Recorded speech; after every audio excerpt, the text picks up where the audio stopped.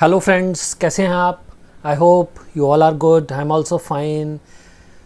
आज हम डिस्कस करेंगे एक नए आईटीआर फॉर्म के बारे में और वो है आईटीआर यू। जैसे कि 2022 के यूनियन बजट में हमारी फाइनेंस मिनिस्टर निर्मला सीतारमण जी ने डिक्लेयर किया था कि इस बार वो एक नया इनकम टैक्स रिटर्न फॉर्म लेके आएंगे और वो होगा आईटीआर यू। तो दोस्तों, उसका नोटिफिकेशन सीबीडीटी ने इशू कर दिया है और नोटिफिकेशन नंबर 48 2022 29 अप्रैल 2022 को आ चुका है और अब इस असेसमेंट ईयर से ये आईटीआर यू एप्लीकेबल होगा। तो इसी से रिलेटेड बहुत सारे फ्रेंड्स के फ़ोन्स और व्हाट्सएप मैसेजेस मेरे पास आ रहे थे और वो बहुत सारे क्वेश्चंस उनके माइंड में थे जो वो आंसर जानना चाह रहे थे। तो मैंने सोचा क्यों ना एक वीडियो बनाया जाए बहुत अच्छा सा, जिसमें आईटीआर यू से रिलेटेड जितने भी क्वेश्चंस हो सकते हैं, क्वेरीज हो सकती हैं, उन सब के आंसर कर दिए जाएं। तो चलो स्टार्ट करते हैं। Everything related with ITR you. You means updated, so it is an updated ITR return. So there are various questions which were asked. I have summarized all those questions. We will try to find answer of all those questions. तो एक बार देखते हैं वो questions क्या क्या हैं हमारे पास। Yes. Question. First question, who can file return? कौन submit कर सकता है? Who cannot file? कौन ये जो ITR है वो फाइल नहीं कर सकता है? For which assessment year? किस assessment year के लिए हम फाइल कर सकते हैं? क्या कोई एडिशनल टैक्स देना होता है? यस, देना होता है, वो हम डिस्कस करेंगे। What is the manner of filing? कैसे फाइल होगा? क्या पुराने आईटीआर 1 to 7 तक उनके साथ होगा या नहीं होगा, देखेंगे। क्या डिजिटल सिग्नेचर, ये जो डिजिटल सिग्नेचर हैं या ओटीपी है या हमें बेंगलोर जो भेजना होता है आईटीआर वी, तो वो हम क्या वो ज़रूरी होगा, वो भी देखेंगे। क्या इसे ओल्ड आईटीआर की तरह ही होगा या आईटीआर यू या डिफरेंट होगा, वो भी देखेंगे इसका फॉर्मेट। एक क्वेश्चन आता है कि क्या ये समरी रिटर्न होगा और समरी रिटर्न रिक्वायर होगा या केवल आईटीआर यू सफिशिएंट होगा, वो देखेंगे। और पोर्टी जो इनकम टैक्स पोर्टल है उस पर आईटीआर यू इनकॉर्पोरेट हुआ है अभी या नहीं, देखेंगे। क्या आईटीआर यू के साथ लेट फीस भी देनी होगी? यस, देखेंगे। एक क्वेश्चन आता है कि बेनिफिट्स क्या हैं, क्या फ़ायदे हैं, what are the benefits of filing ITR U, तो वो देखेंगे। और एक लास्ट क्वेश्चन, क्या आईटीआर यू नॉर्मल आईटीआर की तरह रिवाइज हो सकता है या नहीं। तो friends, let's discuss all the answers of all these queries. First of all, the very first question, who can file ITR U? U means updated return. तो कौन कौन फाइल कर सकता है? सबसे पहले एवरी पर्सन कैन फाइल। ये जो ITR U है वो कोई भी पर्सन फाइल कर सकता है। पर्सन का मतलब यहाँ पर्सन, जैसे इनकम टैक्स में सेक्शन 231 में पर्सन की डेफिनेशन दी है, वो person. Individual, HUF, firm, company, LLP, local authority, every artificial और जुडिशियल पर्सन, AJP, सभी लोग, AOP, BOI, कोई भी पर्सन हो। पर्सन मीन्स एनी पर्सन, तो जितने भी पर्सन हैं वो any person can file ITR you. अब अगर किसी ने पहले से ITR फाइल किया है तो वो फाइल कर सकता है कि नहीं? यस, वो भी कर सकता है। किसी ने अंडर सेक्शन 139(1) में किया, जो नॉर्मल रिटर्न का सेक्शन है, 139(4) में किया बिलेटेड रिटर्न, वो भी कर सकता है। किसी ने रिवाइज रिटर्न सबमिट किया, वो भी कर सकता है। दैट मीन्स किसी ने अगर पहले से ITR सबमिट कर दिया तो वो कर सकता है। यस, वो भी कर सकता है। कब करेगा, क्यों करेगा, क्या बेनिफिट, वो देखेंगे। किसी ने फाइल ही नहीं किया है ITR, अभी तक फाइल नहीं किया, तो वो कर सकता है क्या? यस, जिसने ITR अभी तक फाइल नहीं किया, कोई भी ITR फाइल नहीं किया, वो भी कर सकता है। Yes. Now the question comes, who can not file? कौन नहीं कर सकता है? तो कुछ केसेस हैं जिन केसेस में आप ITR यू फाइल नहीं कर सकते। पहला, आप नील रिटर्न के लिए ITR फाइल नहीं कर सकते। सेकंड, अगर आप रिफंड का इंक्रीज्ड क्लेम करना चाहते हैं तो ITR फाइल नहीं कर सकते। जैसे पहले आपने ITR सबमिट किया था, उसमें सपोज आपका रिफंड था 10 लाख, अब आप नया ITR यू सबमिट करना चाहते हैं और ये क्लेम को बढ़ाना चाहते हैं, सपोज आप चाहते हैं कि ये 15 लाख हो जाए, तो ऐसा नहीं कर सकते। नेक्स्ट, अगर आपकी टैक्स लाइबिलिटी है तो आप टैक्स लाइबिलिटी को कम करने के लिए ITR यू फाइल नहीं कर सकते। नेक्स्ट, अगर आपने डेप्रीशिएशन क्लेम किया है, आप बिजनेसमैन हैं और प्रॉफिट एंड लॉस अकाउंट में डेप्रीशिएशन क्लेम किया है और ITR फाइल किया है और उसमें बिजनेस इनकम में डेप्रीशिएशन क्लेम किया है, तो आप उसे इंक्रीज करने के लिए अनअब्जॉर्ब डेप्रीशिएशन को ITR यू फाइल नहीं कर सकते।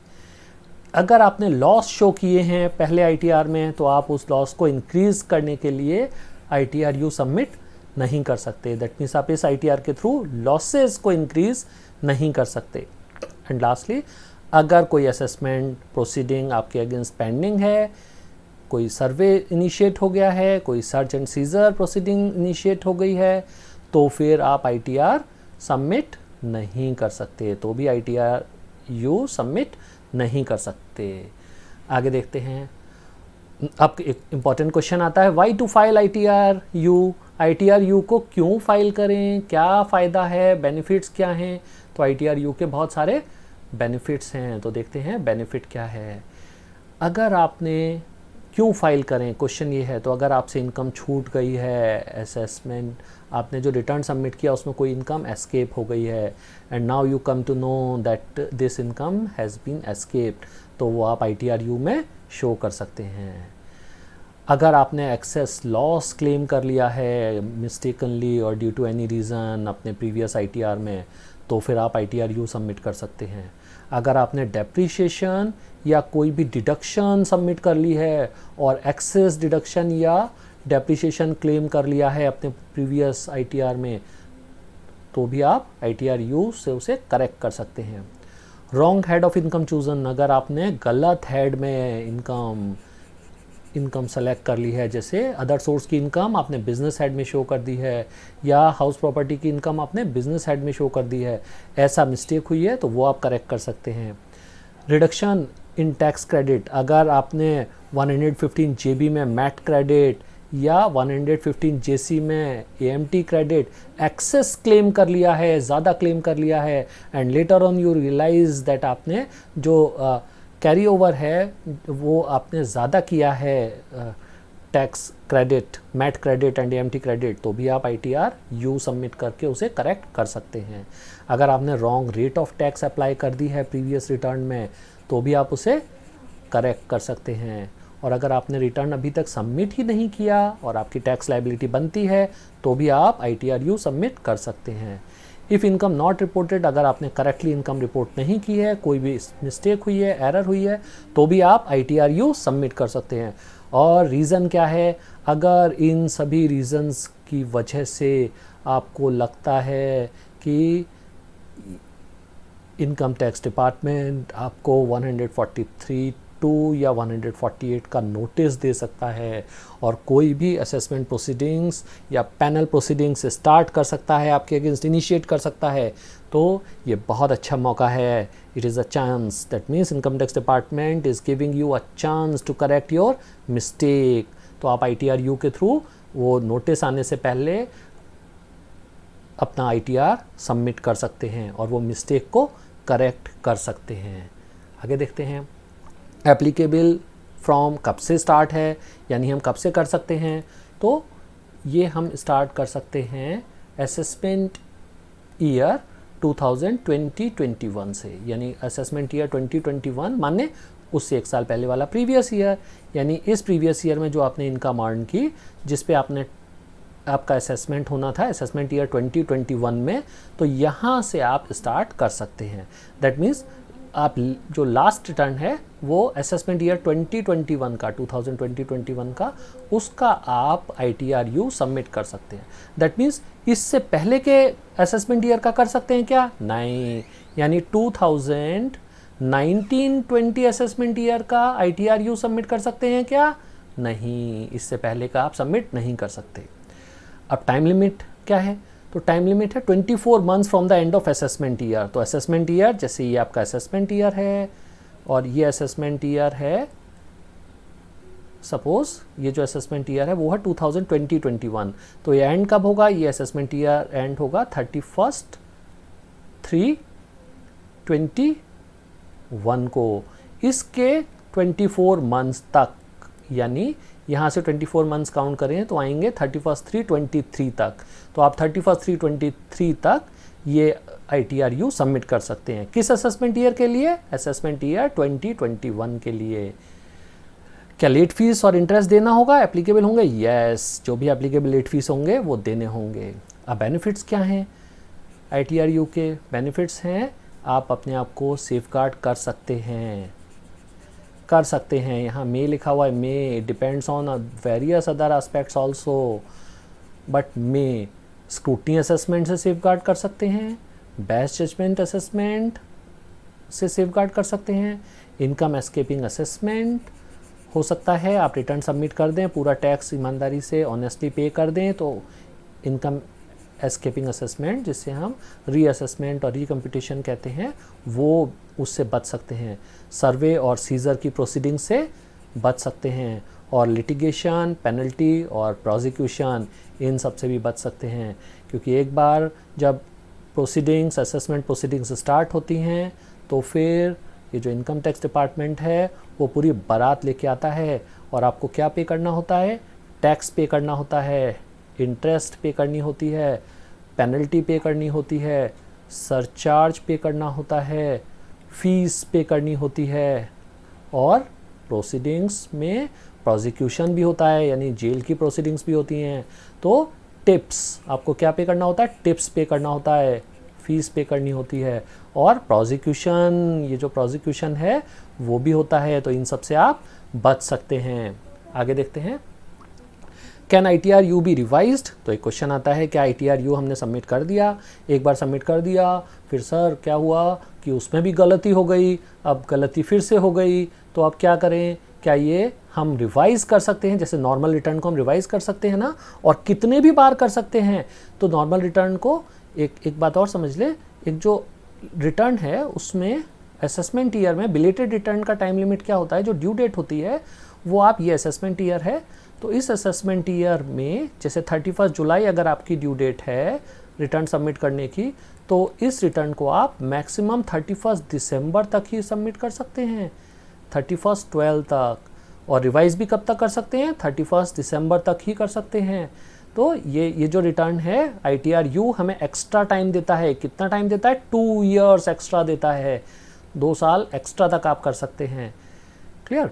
तो क्या ITRU को रिवाइज कर सकते हैं, एक असेसमेंट ईयर में एक ही बार ITRU हो सकता है, दैट मीन्स रिवाइज नहीं कर सकते।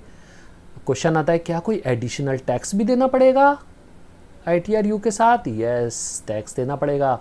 तो अगर आप विद इन 12 मंथ्स कर देते हैं सबमिट, तो आपको टैक्स और इंटरेस्ट, जितना भी टैक्स और इंटरेस्ट लायबिलिटी है उसका 25% एक्स्ट्रा एडिशनल टैक्स देना होगा, और अगर आप 12 महीने के बाद और 24 मंथ्स तक करते हैं तो फिर 50% एडिशनल टैक्स देना होगा। और ये जो 12 मंथ्स के बाद तो आप कर ही नहीं सकते। अब मैनर ऑफ फाइलिंग आता है, कैसे करेंगे, तो आपको ITRU फाइल करना है, ITRU में कुछ इन्फॉर्मेशन है, उन इन्फॉर्मेशन के साथ जो भी एप्लीकेबल ITR है आपका, ITR 1 है या 7 है, उसके साथ में ITRU को सबमिट करना है। और कैसे करना है, इनकम टैक्स का जो ऑनलाइन पोर्टल है उसी ऑनलाइन पोर्टल के थ्रू आपको सबमिट करना है। Okay friends, so I think this entire information related with ITRU is helpful and beneficial to you। इसी तरह के और भी वीडियोस मैं लाता रहूँगा। अगर आप कोई भी टॉपिक टैक्सेशन से रिलेटेड, चाहे वो डायरेक्ट टैक्स हो या इनडायरेक्ट टैक्स GST हो, उससे रिलेटेड आप जानना चाहते हैं तो आप प्लीज़ कमेंट बॉक्स में मुझे इन्फॉर्म कर सकते हैं। I will definitely bring that video also. आपको ये वीडियो कैसा लगा तो एक बार कमेंट में आप बताएं, और ये जो चैनल है अगर आप इस पर नए हैं तो एक बार सब्सक्राइब कर दें, और चाहें तो चैनल को अच्छा लगा ये वीडियो तो आप उसे लाइक भी कर सकते हैं, कमेंट भी कर सकते हैं, शेयर भी कर सकते हैं। Thank you friends, thank you.